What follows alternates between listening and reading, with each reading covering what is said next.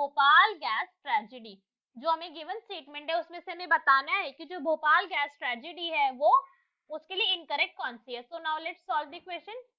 तो एक एक स्टेटमेंट को हम रीड करेंगे और चेक करेंगे कौन सी हमारी इनकरेक्ट है। तो फर्स्ट स्टेटमेंट हमें क्या गिवन है, methyl isocyanate gas leakage took place.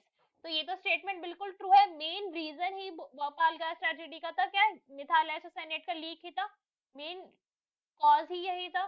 तो ये स्टेटमेंट तो कैसी है, बिल्कुल ट्रू है। नेक्स्ट देखते हैं, thousands of human being died, ये भी बिल्कुल ट्रू बात है, बिकॉज इससे क्या हुआ था, बहुत टॉक्सिक हो गया था सब कुछ, और इससे क्या हुआ था, थाउजेंड्स ऑफ पीपल की डेथ हुई थी। ये स्टेटमेंट भी क्या है, अपने आप में ट्रू स्टेटमेंट है बिल्कुल। नेक्स्ट स्टेटमेंट रीड करते हैं, radio active fallout in gulf Bhopal, ये स्टेटमेंट क्या है, ये इनकरेक्ट है। ये क्या है, इनकरेक्ट स्टेटमेंट है हमारी। इनकरेक्ट क्यों है, बिकॉज अभी हमने क्वेश्चन के अंदर ही देखा था कि रेडियो एक्टिविटी की वजह से नहीं हुआ था, ये हमारा हुआ था मिथाइल आइसोसाइनाइट गैस के रिलीज की वजह से।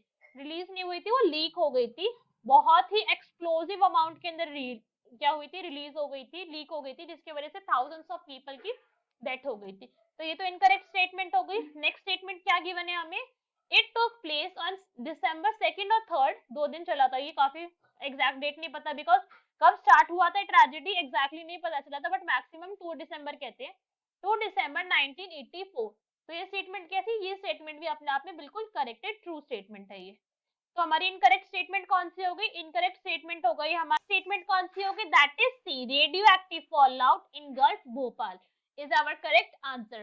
Hope you understood it well, best of luck, thank you.